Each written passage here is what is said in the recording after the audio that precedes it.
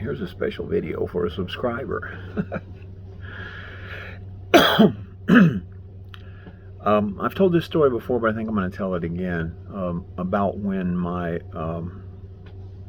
Frank Morse and the Anglin brothers tried to catch me and my mom in that same Winn-Dixie parking lot that I told you about, where we used to go shopping on 7th Avenue in Tampa, Florida, between 40th and 50th Street, around near Ybor City.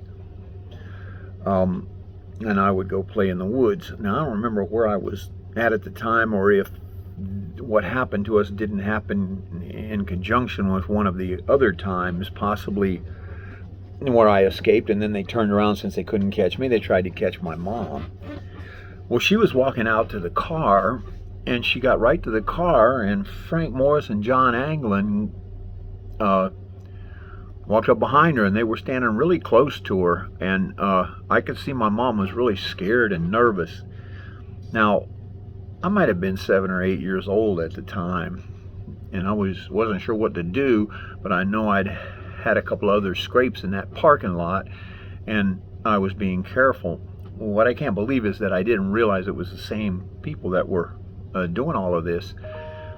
And so I just, you know, I don't want to sound like I'm bragging, but I'm telling too many stories about how I escaped from the, you know, notorious serial killers. It sounds like bragging, but, well, I escaped. That's all it is to it. But in this particular instance, and thank God, I got my mom out of it too. I went over there and I kicked a bunch of gravel at these guys, and I cussed them a little bit. Come on, man, you guys want something? Come on, get it with me. Why you gotta pick on a woman? Or something like that. And they looked at each other and turned around and started chasing me. Just what I wanted. And as I turned around to run, I yelled to my mom, get back in the store. She started heading for the store, and she goes, but what about you? By the way, they told her, get your keys out of your purse. And she acted like she couldn't get them, and she looked really nervous. She goes, well, you got me so nervous I can't find my keys. And later, you know, she told me that, you know, if they when she was growing up, they told her, if anybody tries to do that to you in a parking lot, you act like you can't find the keys and hope the cops show up or something, or someone shows up to help you. But anyway, little David was there. They're chasing me. By the way, Clarence Anglin is standing somewhere between the door and my mom's car. What do you call, you know, that's the way they usually do it. They'd had one guy stand off and watch the whole scenario, so they have some kind of backup, and if he saw a cop coming, he would motion them and they'd get out of there. And interestingly enough, my mom drove a Valiant. It was a white Valiant, but, you know, I mean, they saw the car, they saw my mom, and they couldn't get me, and they were going to get her. So they're chasing me. I'm running past, just running away from my mom in the parking lot. I told my mom, get inside. She goes, yeah, but, and she's already halfway inside when I said that, and she said, well, but what about you? I said, don't worry about me. Get inside. And she got inside. I think I drifted over towards Clarence and then ran towards the woods again, so that Frank would tell Clarence, come on, let's get him. And they all three came after me at the same time. Yeah, I remember that. I remember thinking I got to get them all three after me so my mom can get inside. And I don't know, I made a big loop. I remember him saying he's going for the woods, and they tried to spread out to keep me from getting to the woods, and I just made a U-turn and went right back to the door of the grocery store. And Clarence, Frank told Clarence, you know, get him or whatever, and Clarence was dogging me. We were going like this, you know, to that door, and we got there almost at the same time. He grabs me by the arm.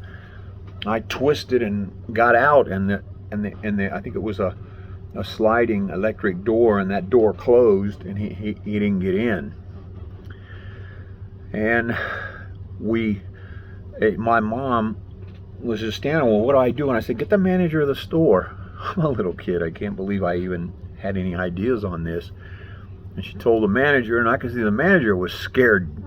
He was scared poopless, literally. He knew his number was up. and I shouldn't laugh, because they may have got him too. Probably did, because that's the kind of thing they would do. They didn't get either one of us. We'd leave, and they'd go after the manager when he got off work.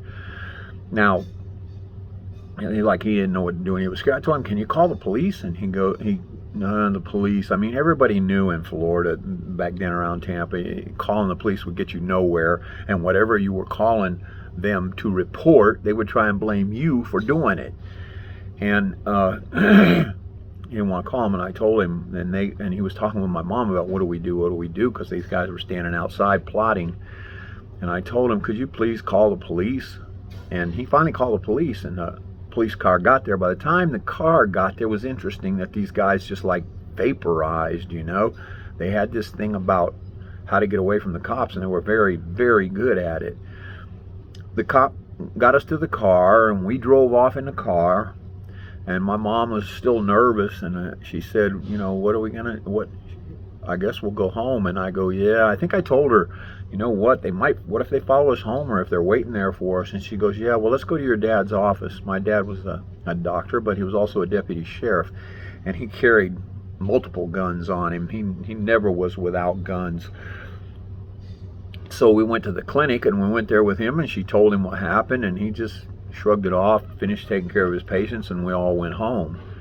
And that was the end of that story. But, that didn't stop them. There was another attack after that, another, and just, they're so good at it that you would never, by the time they attack you again, you didn't think that, I never thought to get a description, and it didn't seem like my mom did either, because, she stood inches away from John Anglin in the kitchen one time. I told you that story. And then this was him again with Frank. But these guys also, I guess, spent a lot of years in prison looking at themselves in the mirror, and they knew how to present the side to you that you would not remember the next time they would present the other side, or not present themselves, because there were 3 of them. They had, like 9 different people that they could present to you to confuse you. That's the end of that story. I hope it has the right effect, because I like to create excitement.